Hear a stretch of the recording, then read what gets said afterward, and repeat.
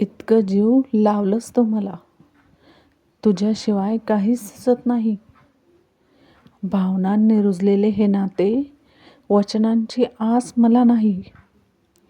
शब्द दिले जरी तू मला, साथ तुझी सोडणार नाही.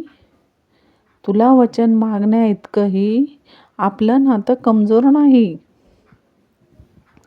आपल्या निस्वार्थ नात्याला वचनांचं बंधन कशाला.